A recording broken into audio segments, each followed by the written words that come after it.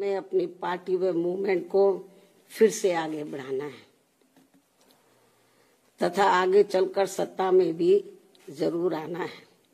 तभी फिर यहाँ गरीब, असहाय, दुखी, पीड़ित व कमजोर वर्गों के लोगों का सही से भला हो सकता है। और अब तो इनके प्रति जातिवादी मानसिकता रखने वाली पार्टियों के साथ साथ जातिवादी मीडिया भी, जिसमें सोशल मीडिया भी शामिल है, ये भी नहीं चाहता है कि यहाँ के खासकर गरीब, दबे कुचले, गरीब व लाचार लोग बाबा साहब की मूवमेंट के मुताबिक चलकर सत्ता की मास्टर चाबी खुद अपने हाथों में है और उसके लिए वे किसी भी हद तक गिरकर अपना गंदा व घिनौना आदि खेल खेलते रहते हैं। इसलिए यूपी का वर्तमान चुनाव परिणाम बीएसपी के करोड़ों लोगों की रात दिन की कड़ी तन मन धन की मेहनत का ये वाजिब फल कतई नहीं है। फिर भी बाबा साहब के अनुयायी पार्टी होने के नाते इस पार्टी के लोगों को अपनी हिम्मत कतई नहीं हारना है, बल्कि पत्थर काट कर रास्ता बनाने का अपना प्रयास व संघर्ष हर हाल में आजीवन जारी रखना है। जबकि ऐसे खराब राजनीतिक हालात बीजेपी ने भी देखे हैं, जब आजादी के बाद से काफी लंबे समय तक देश में राज करने का मौका यहाँ की जनता ने इनको नहीं दिया था, बल्कि यूपी में भी सन 2017 से पहले भाजपा की स्थिति यहाँ कोई खास अच्छी नहीं थी। और अब इसी प्रकार कांग्रेस पार्टी भी लगभग उसी हालत से गुजर रही है जिस खराब हालत से पहले भाजपा गुजर चुकी है।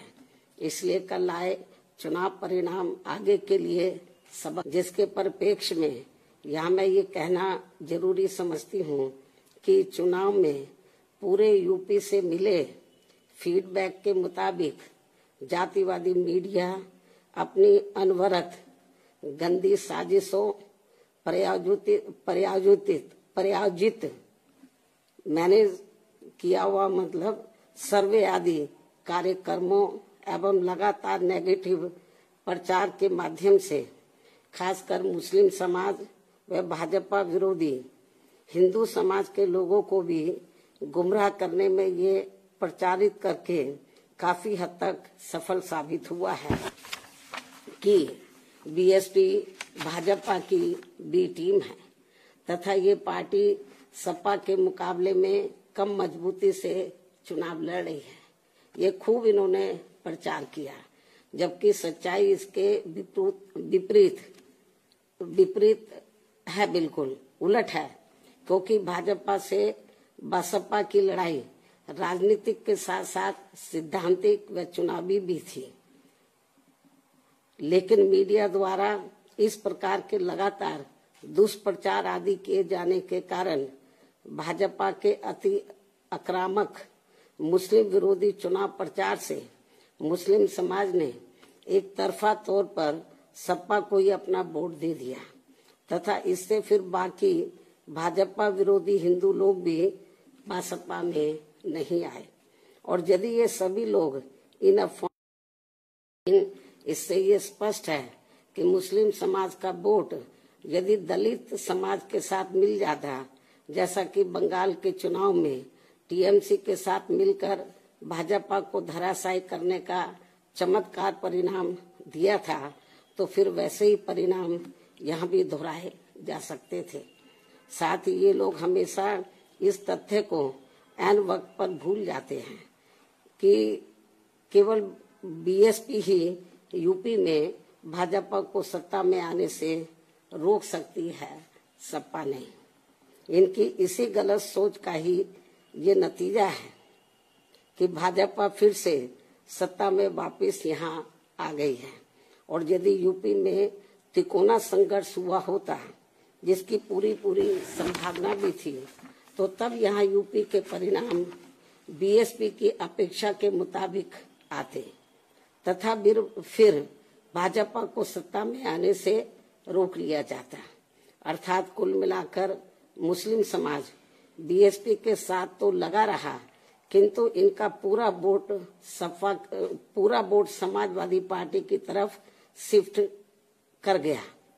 और इनके इस गलत फैसले से बीएसपी को बड़ा भारी नुकसान ये हुआ कि बीएसपी समर्थक अपर कास्ट व ओबीसी समाज की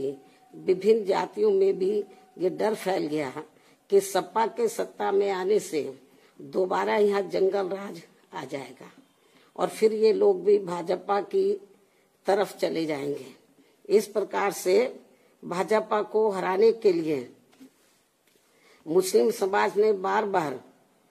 आजमाई हुई पार्टी बीएसपी से ज्यादा सपा पर भरोसा करने की बड़ी भारी भूल की है, जिसकी सजा बीएसपी को मिली है। ये काफी कड़वी व सीख लेने वाली भी है।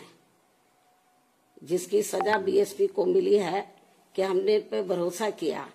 जिसकी सजा बीएसपी को मिली है वह काफी कड़वी व सीख लेने वाली भी है। इसलिए इस कड़े अनुभव को खास ध्यान में रखकर ही अब बीएसपी आगे अपनी रणनीति में बदलाव जरूर लाएगी। लेकिन ऐसे हालातों में भी बीएसपी मूवमेंट के हित में